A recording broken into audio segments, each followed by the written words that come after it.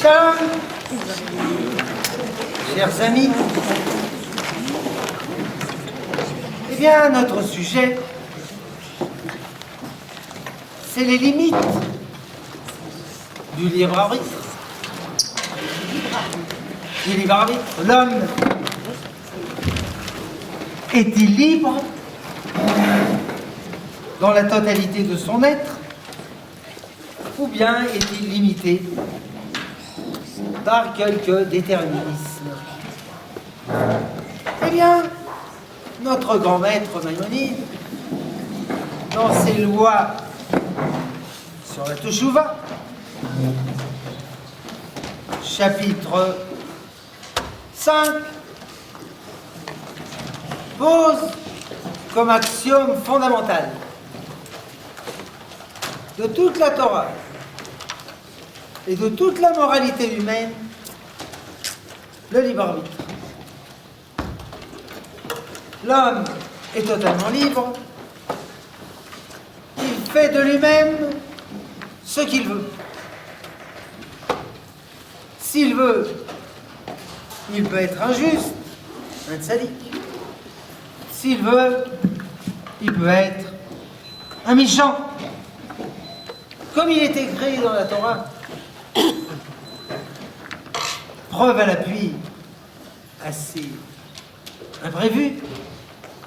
Et voici, dit Dieu, après que l'homme ait mangé de l'arbre de la connaissance, Hena Adam, voici l'homme, Haya ke Achad, il est comme l'unique, Mimenu, de lui-même, la date Tova, connaître le bien et le mal. L'homme, c'est le seul être sur terre qui ressemble au Dieu un. C'est lui qui décide de faire le bien et le mal. En min zeh shel Adam, l'espèce humaine, Yachid Baolam, elle est unique sur terre. Ve'en min sheli domelo, aucune espèce ne lui ressemble. Bazeh Aïnian, dans ce domaine.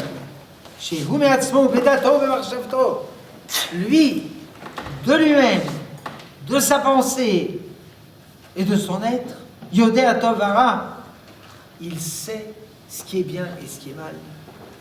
V'oseh kol ma shehu chafetz, et il fait selon son bon plaisir. Ve'en mi she ya'akev beyado, et personne ne peut l'empêcher de choisir le bien ou le mal. Les mondes d'en haut, dit le Maharal de Prague dans son livre La splendeur d'Israël, sont prédéterminés d'appartenir aux cimes des spirituels, des anges. Et les mondes d'en bas, les animaux, ils sont également prédéterminés. Ils sont d'animaux, ils sont bestiaux. Et idem, le monde végétal et le monde minéral. L'homme, c'est le seul être qui chevauche sur les mondes. Il appartient à la fois au monde d'en bas et au monde d'en haut. Il choisit de son libre arbitre quoi faire de sa vie. Il est ce qu'il fait de lui-même, aurait dit Monsieur Sartre. Ou plus exactement, dit le Maharal, de fait, il appartient au monde d'en bas. Potentiellement, il appartient au monde d'en haut. Bekoar, le forêt. Et pour grimper des monts d'en bas aux monts d'en haut, il a besoin de l'effort humain. Amal. L'homme est né pour l'effort. Adam la Amal Yulad. Donc, l'homme est le seul être dans l'univers qui est semblable à Dieu, du fait qu'il est libre de faire ce qu'il veut. Sa volonté est libre. Maïmonide rajoute dans l'alinéa numéro 2 du chapitre 4 Al yavor b'marchavtecha, qu'il ne te vienne point à l'esprit. S'il dit qu'il ne te vient pas à l'esprit, ça veut dire que ça vient à l'esprit d'aucun. Davarze, chez Omrim, cette affirmation qui sort de la bouche, tipché ou mot haolam, des imbéciles des nations, Verov et la majorité, Golmé, Béné Israël, des ignares du peuple juif. Cher Kadosh Baruch Hu gozer ala Adam, mitrilat briato liot tzadik o rasha. Que Dieu décide au départ si un tel sera juste ou méchant. En effet, le christianisme orthodoxe considère qu'il n'y a pas de libre arbitre. Et il en est de même de l'islam orthodoxe, à savoir ce qui s'appelle la Hacharaya. Non pas Mu'atalaz, mais Mu'atalaz, c'est une fraction négligeable. Qu'est-ce que c'est ça? C'est des espèces de musulmans à la gomme arabique. Alors, l'homme est accablé par le fatalisme. Mektoub. Alors là, vous avez compris. Tout est Mektoub. Et puisque tout est Mektoub, pourquoi se fatiguer? Tu te fatigues. Tu te fatigues pas. C'est la même chose. Ça s'appelle l'argument paresseux de la théologie fataliste. Tu travailles pas, tu gagnes la même chose. Tu fumes des cigarettes, tu fumes pas, tu meurs la même chose. Alors, fumons. Mais nous disons non. L'homme est libre. Kol adam yachol להיות צדיק comme Moshe Rabbeinu. Chaque être peut être juste, un tzaddik comme Moshe Rabbeinu. Il n'a pas dit un prophète comme Moshe Rabbeinu. Il n'a pas dit un sage comme Moshe Rabbeinu. Il a dit un juste comme Moshe Rabbeinu. Juste, ça dépend des circonstances et de l'entourage, etc. Oh, rachat, que Yeravam, un méchant comme Jéroboam. Ça dépend de lui. Au Racham, au Sachal, ou bien un sage, ou bien un imbécile. Au Rahman, ou un miséricordieux, au Arzari, ou un cruel, au Kilaï, ou un avaricieux, au Shoah, ou un généreux. Il en est de même pour les autres vertus. Autrement dit, d'après Maïmonide, et c'est pas seulement son opinion, l'homme est libre, non seulement quant à ses actes, et ses comportements, il est également libre quant à ses valeurs intérieures, quant à ses vertus, quant à ses, qu'on appelle en hébreu midot. Il peut les forger, il peut forger son être. On n'a pas dit que c'était facile, mais sur Terre, rien n'est facile. Si vous cherchez des mondes faciles, sur la Lune peut-être. De Gaulle disait à d'autres la facilité. Qui dit De Gaulle disait à l'autre la facilité. Allons enfants, mais c'est possible. L'homme peut forger son être. Et effectivement, Maïmonide, dans son traité des vertus, le Rodéot, explique effectivement qu'un homme peut modifier la contexture intérieure de son être. Non seulement il peut, il doit. Comme disait le philosophe Kant, tu dois, donc tu peux.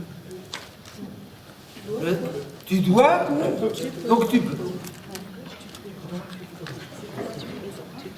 Et celui qui veut, peut. Verville, der kann. C'est comme ça qu'on dit en Bosch. Verville. Celui qui veut. Ça dépend de l'effort humain. L'homme peut devenir l'être le plus vil sur Terre et il peut devenir l'homme le plus juste sur Terre. Parfois on nous dit, voilà, ce grand rabbin, tout à coup, blablabla, blablabla. Vous connaissez la suite. Mais vous êtes tombé de la dernière pluie. Vous n'avez pas lu l'histoire de Korach, qui était un grand sage, avec l'Esprit Saint, roi Hakodesh. Il a craqué. Et vous n'avez pas lu l'histoire des explorateurs, qui étaient des grands sages, et pourtant, ils ont craqué. Et vous n'avez pas lu l'histoire de Hanania ben Azzour, qui était un vrai prophète à l'époque de Jérémie, et qui est devenu un prophète. Et vous n'avez pas lu l'histoire de Jéroboam, qui était le plus grand sage du peuple juif. En fin de compte, il a été intronisé par un prophète. Il a dégringolé dans les affres de l'impiété. Et vous n'avez pas rencontré, vous ne connaissez pas Yochanan, Kohen Gadol, grand prêtre, 80 ans, et il est devenu sadducéen. Et vous ne connaissez pas Elisha ben Abouya, Acher, qui était le plus grand sage du peuple juif. Vous ne connaissez pas, vous n'avez rien perdu. Et qui est devenu un être impie et hérétique. Et il y a aussi des histoires contraires, Dieu soit loué. Il y avait des gens qui étaient dans l'ordure et qui ont grimpé et qui sont devenus des géants de l'esprit. Mais l'homme décide de lui-même ce qu'il fait. Évidemment, ce que je vous dis là, ce n'est pas moderne. Moi, je ne suis pas moderne. Vous voyez, j'ai un couvre-chef, j'ai des papillotes, j'ai des franges à mes vêtements, et le matin, j'ai même des phylactères.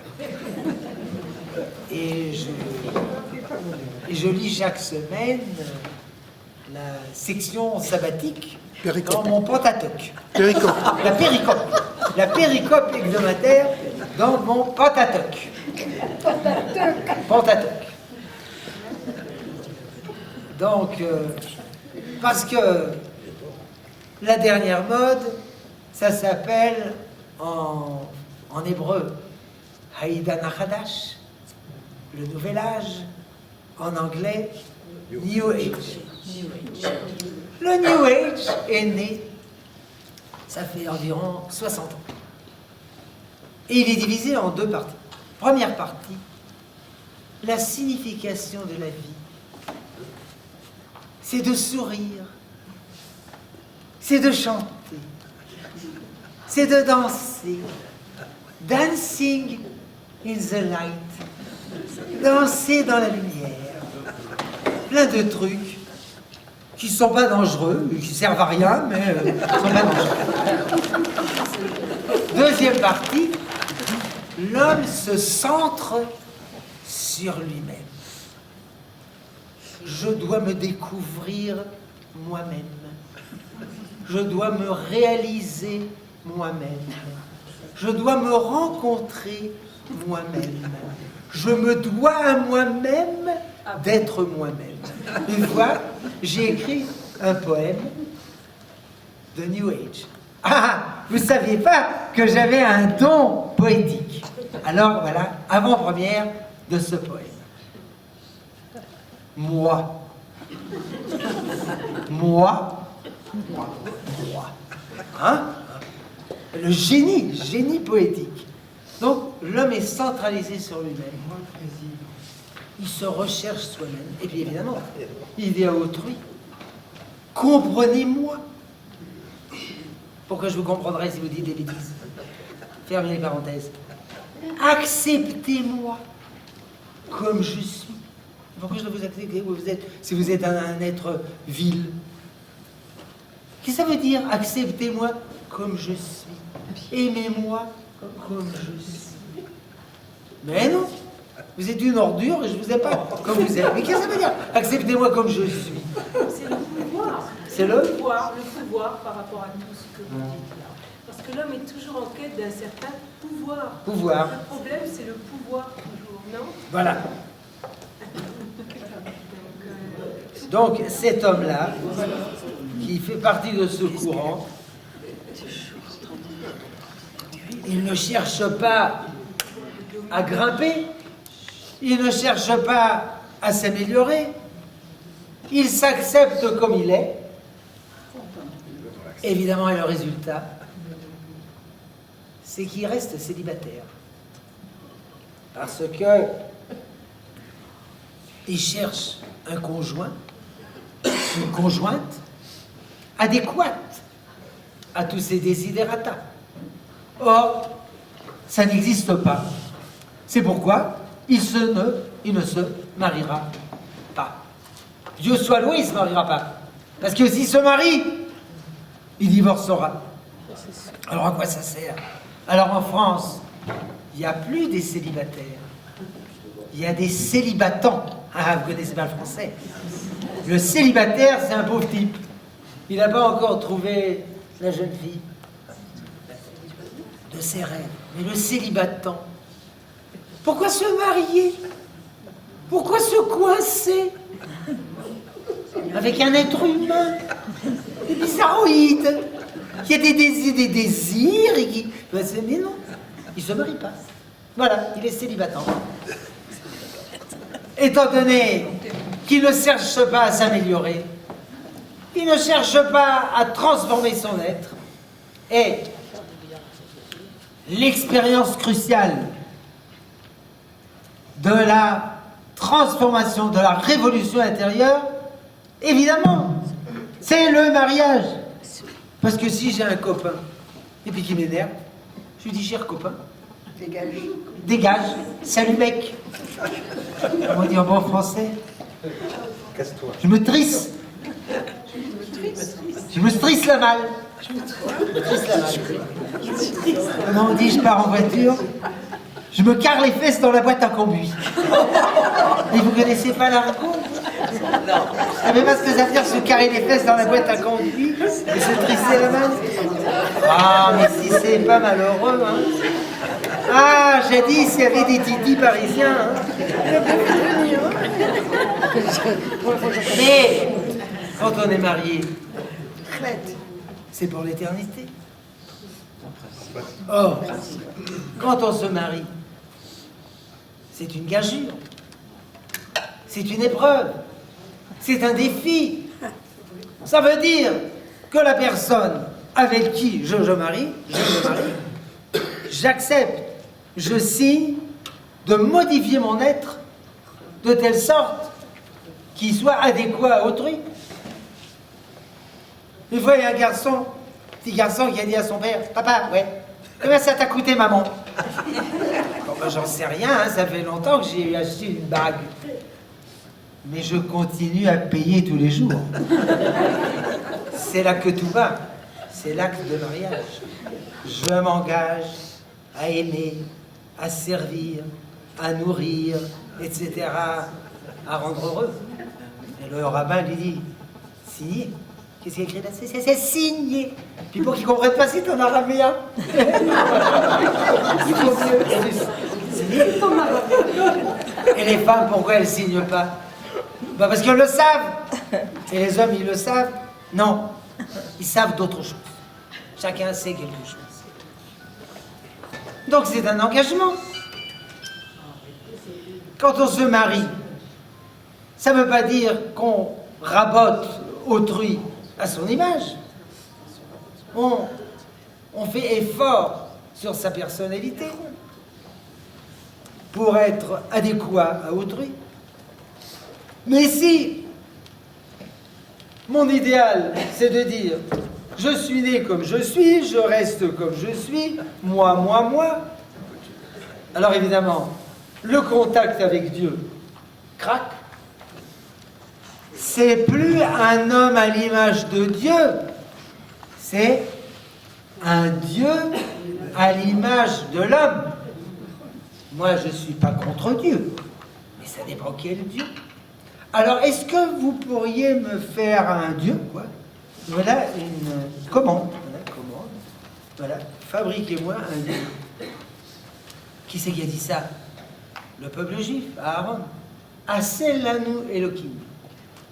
Vous pourriez par hasard nous faire un Dieu qui nous convienne. Alors, on a perdu Dieu. Mais enfin, Dieu, il s'en sort. Mais on perd également le mariage. Parce qu'on considère qu'on ne peut pas changer. Mais l'homme peut changer. L'homme a un libre arbitre absolu. Maïmonide le dit. Davarze, ce que je viens de te dire là. Ikar Gadolu, c'est un grand principe de la foi. Vamud Torah va mitzvot. C'est la colonne sur laquelle repose toute la Torah et toutes les mitzvot. Comme il est écrit, je place devant toi la vie et la mort, et ta mavet vetara, la mort, la vie et le bien, la mort et le mal, ou barar tabarayim, et tu choisiras la vie, tu choisiras le bien. Si Dieu décidait, à propos de chacun, alinéa 4, s'il sera tzaddik ou rachat, ou s'il y a quelque chose qui draine la personne humaine,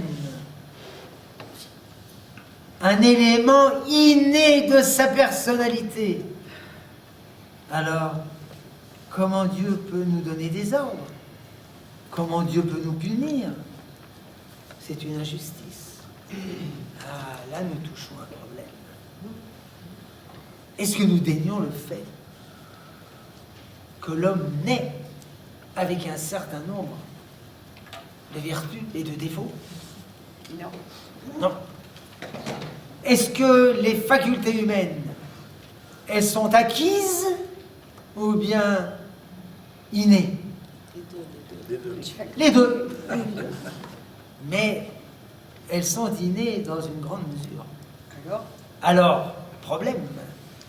Alors on naît, il y a un type, il naît tranquille, et bien un autre, il est nerveux. Et un autre, il naît en mettant son nez partout, et un autre, il est réservé. Et un autre, il est égoïste, mais c'est comme ça qu'on naît. Et dans une certaine mesure, c'est comme ça qu'on est forgé par ses parents. Et alors quand on a 1 an, 2 ans, on n'est pas en mesure d'avoir un esprit critique et réflexif. Et quand on s'en aperçoit, c'est déjà tard. Donc l'homme naît avec un certain nombre de facultés intérieures qu'il hérite de ses parents, ou parfois qu'il hérite du complexe familial, ses frères, ses sœurs, etc. Alors, s'il en est ainsi, l'homme est déterminé. Mais non, ça, toutes ces facultés intérieures, nous ne les dénions point. Mais ce n'est pas autre chose qu'un défi. Ce n'est pas autre chose, c'est comme ça qu'on appelle un défi. Ou nos sages appellent ça Nisayon. C'est une épreuve. Il ne faut pas se mettre en colère contre autrui. Et si j'ai un tempérament coléreux, eh bien, il faut le changer. Mais c'est difficile. Eh bien, tant mieux. C'est la phrase finale du traité des principes, Pirkei Avot. Le Fum Sahara agra. Le salaire, c'est selon l'effort. C'est pas comme ça qu'on donne des notes à l'école. Les notes à l'école, elles sont résultatives. Elles ne sont pas relatives à l'effort. Et c'est injuste. Il y a une mère qui vient, avec une petite fille de 9 ans. Pourquoi vous pleurez, jeune damoiselle? Elle me dit, voilà, regardez, son bulletin. Un bulletin. Fait beaucoup d'efforts, mais résultat médiocre. Note 4. Alors la mère vous dit, qu'est-ce qu'on veut d'elle, puisqu'elle fait beaucoup d'efforts? J'ai repris un papier, j'ai noté, résultat médiocre, fait beaucoup d'efforts, note 10. Elle me dit, c'est la part de qui? C'est la part de Dieu. Je le connais. J'ai lu le Torah. Ce que Dieu estime, c'est l'effort. C'est pas toujours les résultats. Anecdote dont je me souviens maintenant. Dans un institut avancé pour jeunes filles appelé Ulpena, le directeur avait l'habitude d'inviter à chaque néomini, en hébreu, un rabbin d'envergure afin de tenir des propos édificateurs. Mais ce jour-là, les jeunes filles en question ont été époustouflées de voir sur l'estrade un homme sans couvre-chef, sans tzitzit, bizarre. Mais enfin, puisque le chef de l'Ulpena en a décidé, que tel soit son bon plaisir. Alors le monsieur en question a dit, moi, je ne suis pas religieux, mais je ne suis pas anti-religieux. Et dans votre religion à vous, il y a des trucs pas mal. Il y a des trucs qui me font plaisir. Par exemple, ce truc-là dans la religion, c'est pas mal. C'est bon, hein. Alors évidemment, les jeunes filles étaient très enthousiastes. Bien joué, monsieur le directeur, bien joué. Et puis ça c'est bon, ça c'est bon, ça c'est bon. Puis après il a dit, mais il y a des trucs dans votre religion, je comprends pas, c'est bizarre. Par exemple, ça c'est bizarre. Vous comprenez? Alors ils ont commencé à le convaincre en s'enflammant et en s'enthousiasmant. Bien joué, monsieur le directeur. Et après, il a dit, vous rabbins, hein, ils disent qu'il faut des vêtements pudiques, mais vos vêtements, hein, ils ne sont pas tellement pudiques. Alors elle se sent embrouillée, elle ne savait pas quoi répondre. Bien joué, monsieur le directeur. Et sur ces entrefaites, il a ouvert sa sacoche, a sorti une kippa, un talit de katane, et a dit, c'est moi. J'habite la ville d'en face. Je vous ai... Alors il y a une fille qui s'est levée et lui a dit, monsieur, je suis sûre que votre femme a des vêtements plus pudiques que moi. C'est pas malin. En prenant en considération où elle est née, où elle a grandi, où elle a vécu, où elle vit aujourd'hui. Mais moi, pour ces vêtements-là, qui peut-être sont pas exactement selon la règle, pour ces vêtements-là, dans ma famille, je crache du sang. Alors, fermez-la. Fin imprévue. n'est pas moins édificatrice. L'homme est jugé selon les formes. C'est écrit d'ailleurs dans le livre Tania du premier rabbi de Lubavitch. Hevesh falroa bifne kol adam. Sois humble en face de chacun. Objection. Pourquoi serais-je humble? Moi, je suis versé dans l'étude de la Torah, dans le respect des mitzvot.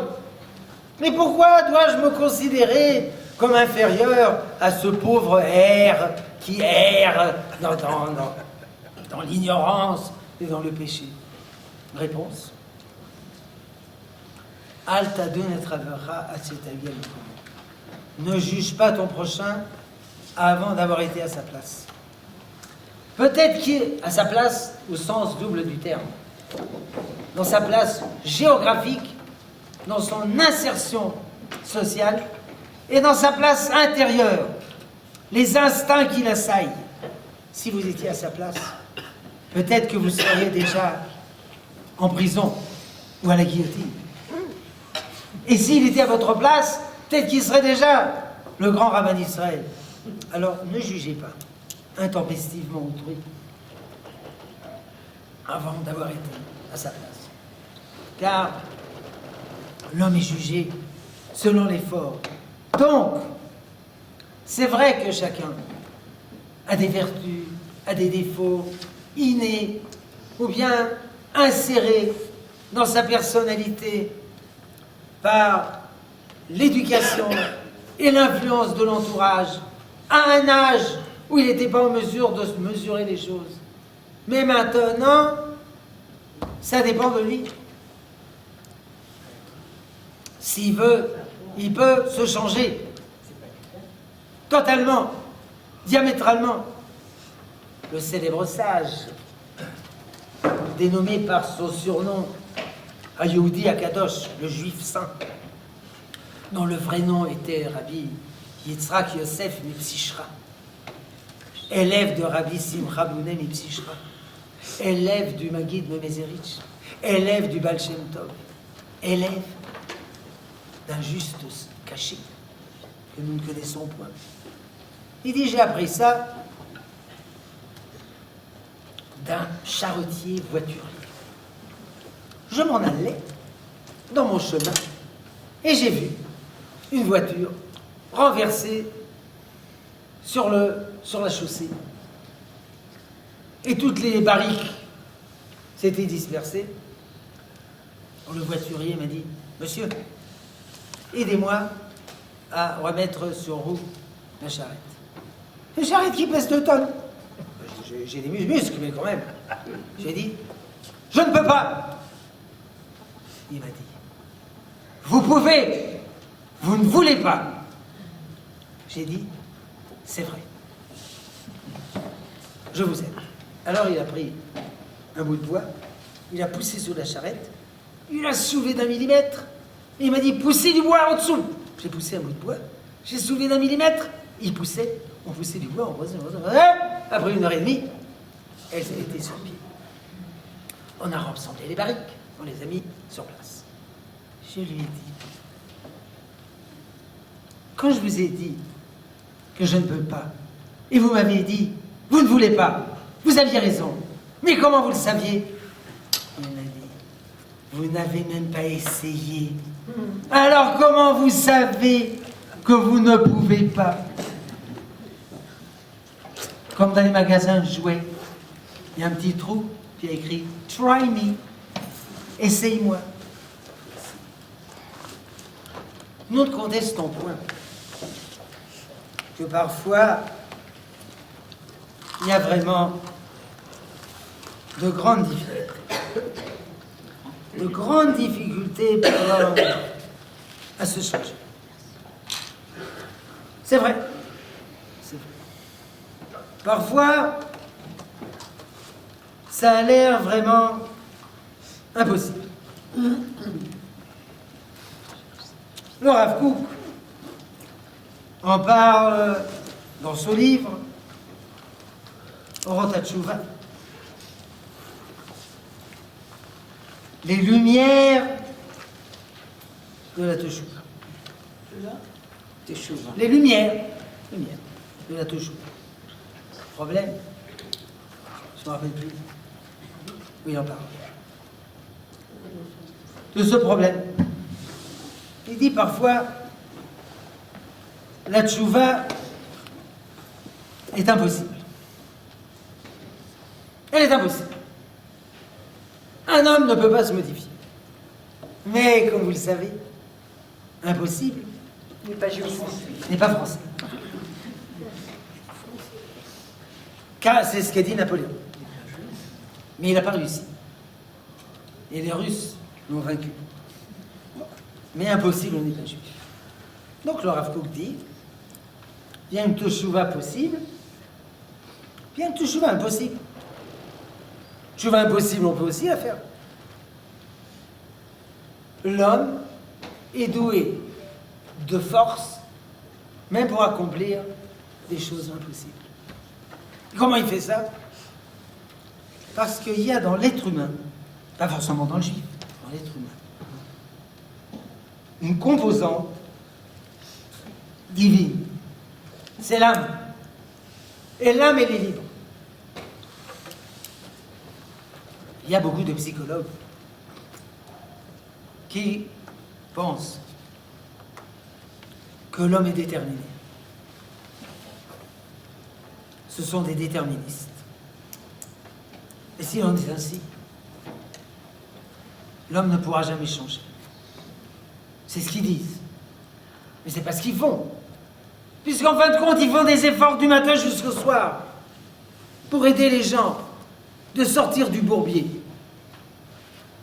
Il y a une espèce de contradiction entre les théories auxquelles ils adhèrent, qui sont des théories désespérantes, et leur travail humain de tous les jours,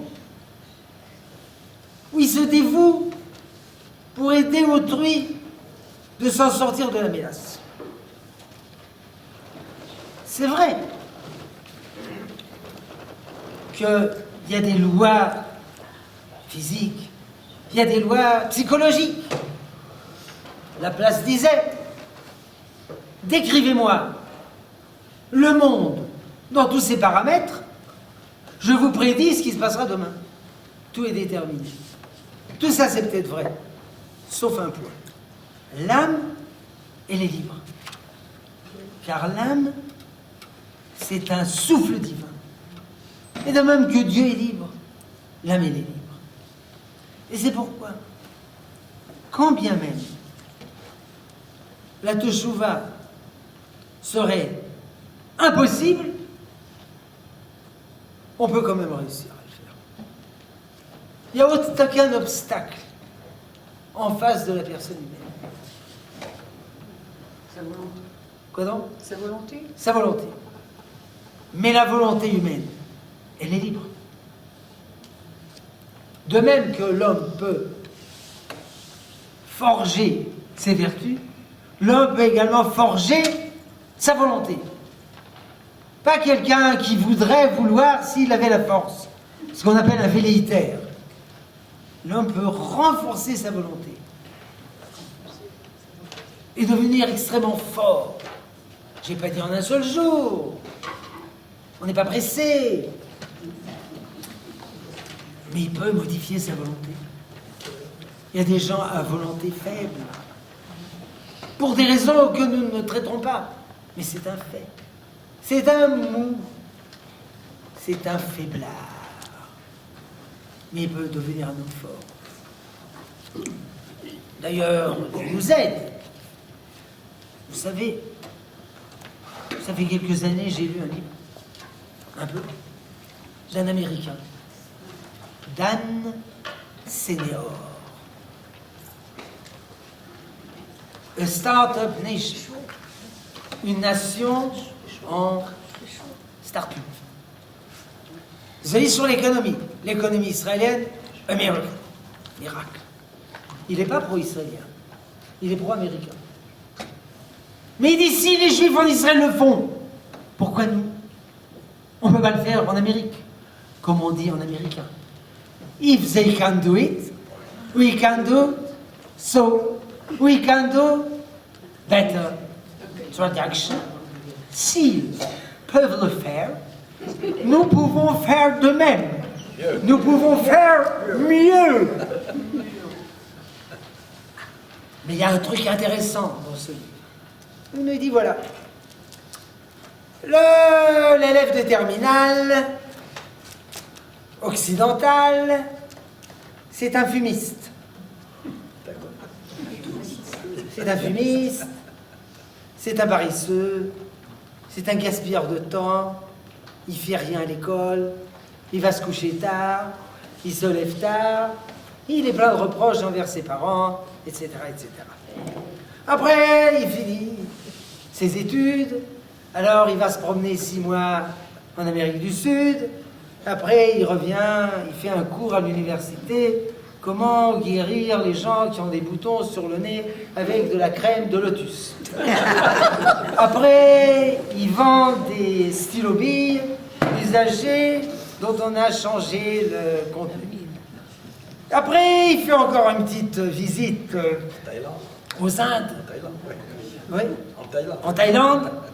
Et après, il fait un nouveau cours à l'université de l'histoire comparative de la musique japonaise. Et puis il s'achète un goumboum qui sonne des deux côtés à la fois.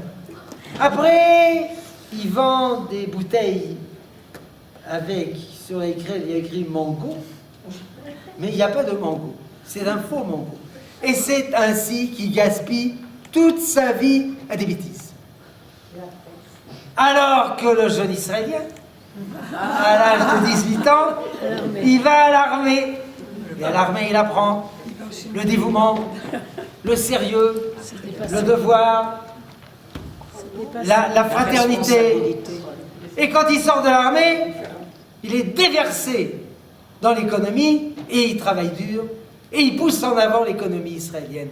Tout ça, c'est grâce aux Arabes. Vive les Arabes! Baruch ata Hashem Ma'ariv Arabi.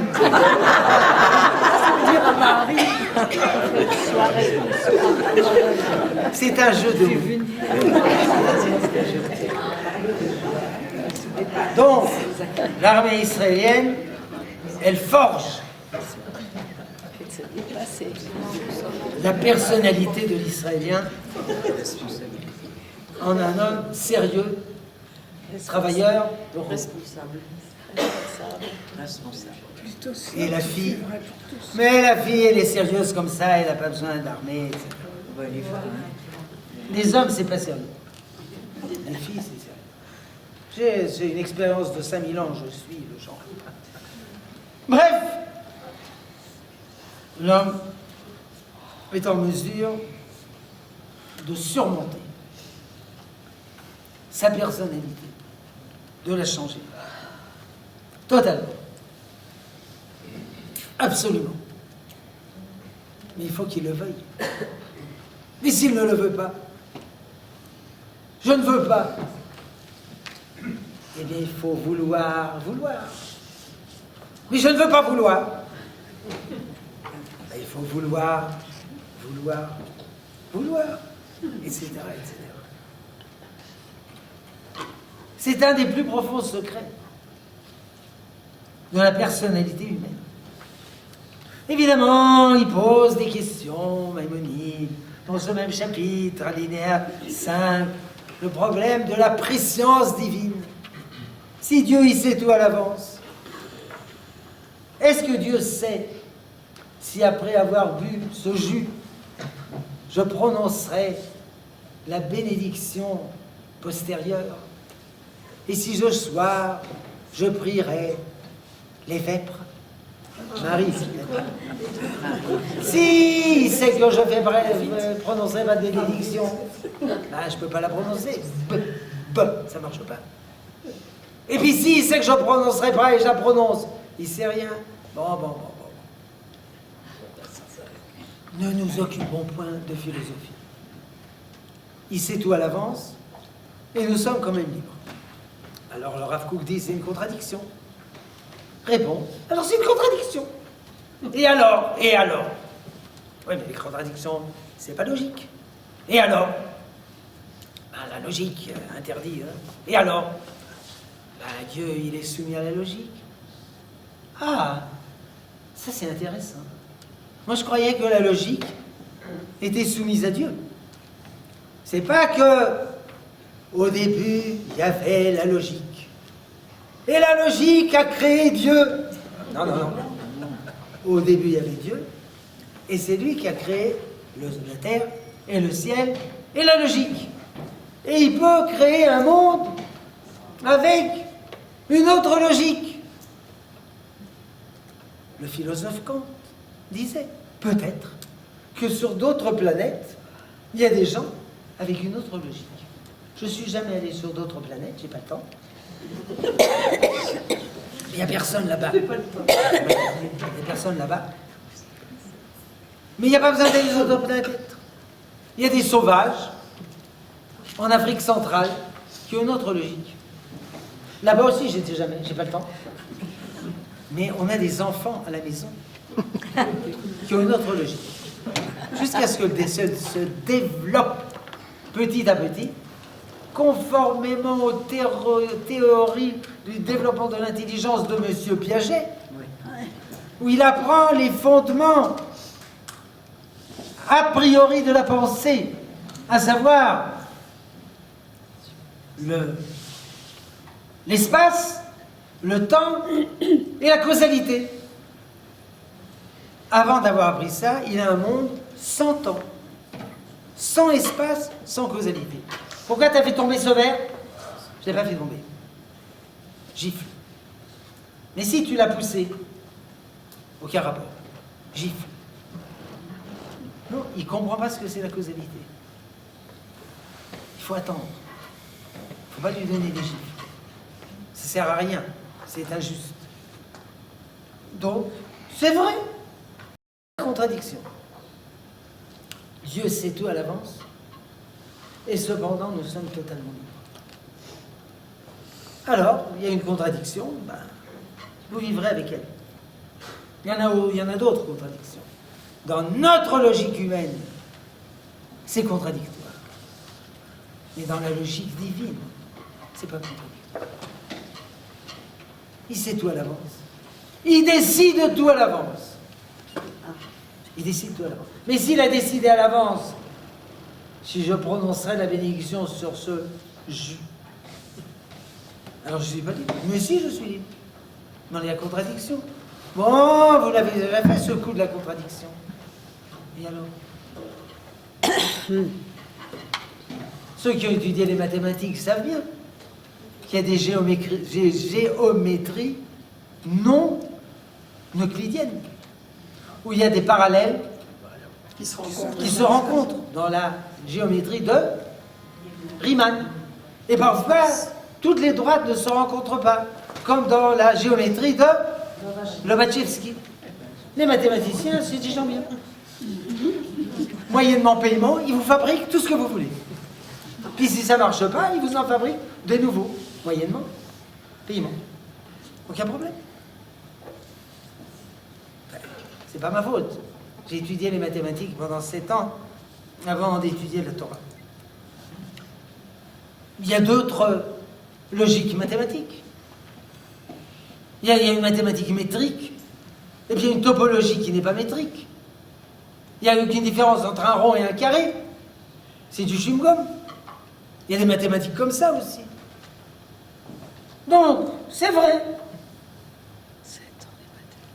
C'est une gageure pour la logique humaine, mais pas pour la logique divine.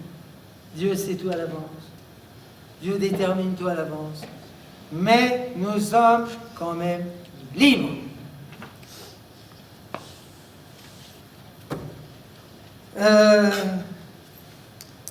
Il faut croire.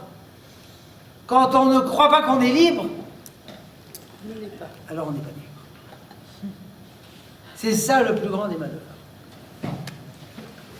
Quand on nous met martel en tête qu'on s'en sortira jamais, on s'en sortira jamais. Il y a un type il est revenu à la maison, dans la petite hutte. Après de longues pérégrinations, de longs malheurs et des années de prison, il a ouvert la porte et il a dit « Bonsoir, oncle Jean. » Cet oncle Jean, c'est une ordure. Il a chaque fois dit à l'enfant « Tu finiras sur l'échafaud, tu finiras sur l'échafaud. » Prévert. Prévert. Prévert, 2 points. Il a allumé une cigarette, il a étranglé l'oncle Jean et il a fini sur l'échafaud. Grésillard. L'oncle Grésillard. L'oncle Grésillard, et il a Sur fini l'échafaud à Quimper. sur l'échafaud à Quimper. À Quimper. Quimper. Évidemment, histoire contraire. Il y avait un petit garçon en classe de 11e et la maîtresse d'école aimait, comment ça s'appelle, les examens psychotechniques. Comment ça s'appelle? Oui. Une fois par semaine, pour vérifier les progrès des enfants. Il dit, dis-moi, je regardais la feuille, j'y comprenais rien. Comme on dit en bon français, piche que dalle. J'en restais muet, prostré devant le papier. J'entendais les autres enfants bouger la feuille. Ils bougeaient. Moi, je lui ai rendu une feuille vide. Il m'a regardé d'un regard qui signifiait imbécile. Et j'en ai conclu que j'étais un imbécile. Parce qu'à cet âge-là, un enfant pense de lui-même ce que l'entourage pense de lui. Après, il va à un groupe de réflexion de soi-même, à travers soi-même, sur soi-même, etc. Mais pas à cet âge-là. Donc j'ai pensé que j'étais un imbécile. Et étant un imbécile, mes résultats, c'était des résultats imbéciles. Donc il y avait une harmonie extraordinaire. La maîtresse pense que je suis un imbécile. Je satisfais à ses aspirations en pensant que je suis un imbécile. Et mes résultats sont des résultats d'imbécile. Voilà. Harmonie, mais c'est moi qui payais les pots cassés. 11e, 10e idem, 9e idem, 8e, nouvelle maîtresse qui m'a envoyé un message, t'es doué, t'es surdoué. Et depuis ce jour-là, je suis devenu doué. Et j'ai réussi en tout. Et je savais pas pourquoi. Mais c'est impossible. Comment je peux avoir 10, 10, 10, 10, puisque je suis un imbécile. Après, j'ai trouvé une explication. C'est parce que toujours j'allais me coucher tard. Puis cette année, ma mère, elle en a eu marre. Elle m'a dit, tu vas te coucher tôt. Ça a sonné à cause de ça. Grâce à cette maîtresse d'école, je suis de ce côté de la table et pas de l'autre côté en balayant la salle. Professeur Stirner, directeur de l'association des psychologues américains. C'est grâce à cette maîtresse, je l'aimais tellement que je leur ai proposé de se marier avec elle. Malheureusement, indépendamment du décalage d'âge pénible, elle était déjà mariée, alors je ne voulais pas l'embarrasser. Donc je ne lui ai pas proposé, à l'âge de 10 ans, de se marier avec elle. Mais elle lui a dit, tu réussiras. Il a réussi. Dans les usines, il y a des accidents d'usine, accidents de travail, pénibles, difficiles, les gens sont blessés, morts, et il y a des pertes d'argent pour l'usine. Alors il y a des recherches psychologiques. Quels sont les groupes d'ouvriers qui sont les plus susceptibles d'accidents de travail? Réponse, ceux qui pensent qu'ils auront un accident de travail. Puisqu'il n'importe comment, il doit avoir un accident de travail. Alors mieux vaut l'avoir le plus vite possible, puis s'en débarrasser. C'est ce qu'on appelle la parabole du pot cassé. Il n'y a plus d'eau à boire. Alors la petite fille dit, je prends la cruche, je vais à la source. Tu veux casser la cruche? Casse la cruche.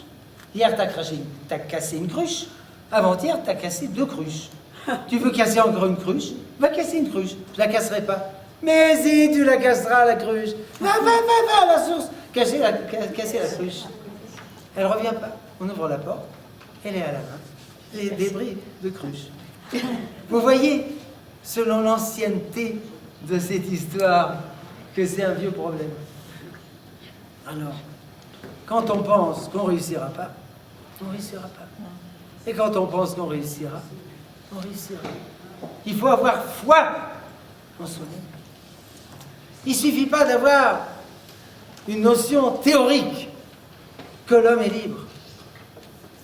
Il faut avoir foi en soi-même, à savoir en la force innée de l'âme qui réside en la personne humaine. Étant donné qu'il se fait tard, et qu'on m'a dit de finir à 7h15, alors, Sommes-nous tous égaux devant cette problématique-là? sauf les gens fous. Les gens fous qui vont à Charenton, Quelle chance! qui sont fous. Non, non. Qui vont à Charenton, ils sont irresponsables. Bien qu'il y ait des théories psychologiques qui prétendent que les gens fous ne sont pas tellement fous.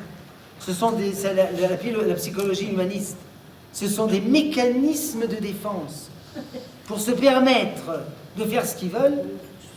Ils sont fous. Pas tellement fous que ça. Quand ils veulent, ils sont fous. Mais enfin, laissons les fous de côté. Que Dieu les bénisse.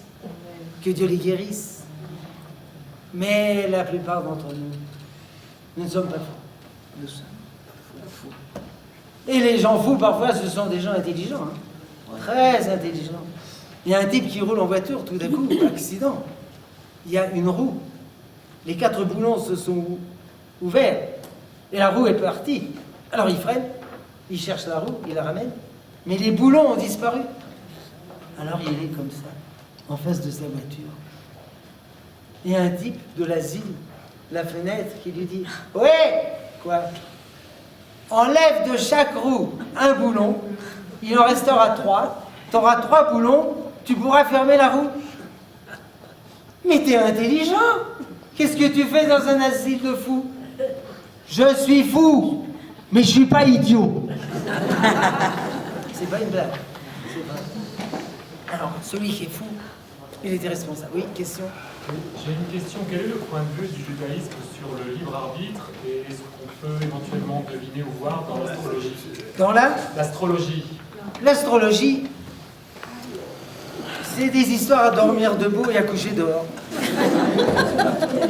À coucher dehors, parce que pour regarder les étoiles, il faut coucher dehors. Ça a été démontré. Il y avait un psychologue, je ne sais plus s'il était français ou américain, qui a dit « Envoyez-moi votre date de naissance, etc. Je vous envoie votre horoscope gratuit. » Un petit service. Faites-moi savoir s'il est exact ou non. Il a reçu quelques centaines de réponses. 90% des gens, ou 95%, disaient « C'est exactement moi !» Et alors, il leur a raconté la vérité, qu'ils ont tous reçu le même horoscope d'un violeur systématique. Et quand il a fait ça, c'est ce qu'on appelle la fraude des généralités. Il y avait un psychologue, j'ai oublié son nom, dans une université de psychologie. Il a demandé à chaque élève de dessiner un rond. Un rond. Et après, il a reçu une feuille qui décrivait sa personnalité. Et les élèves en arrivaient aux larmes. Première fois de ma vie que quelqu'un me comprend. Mais comment il peut comprendre avec un rond? Alors ils ont vu qu'ils ont tous reçu la même feuille. Et il y avait écrit « Tu as des aspirations, mais tu n'arrives pas à les réaliser. Alors tu es triste et complexé.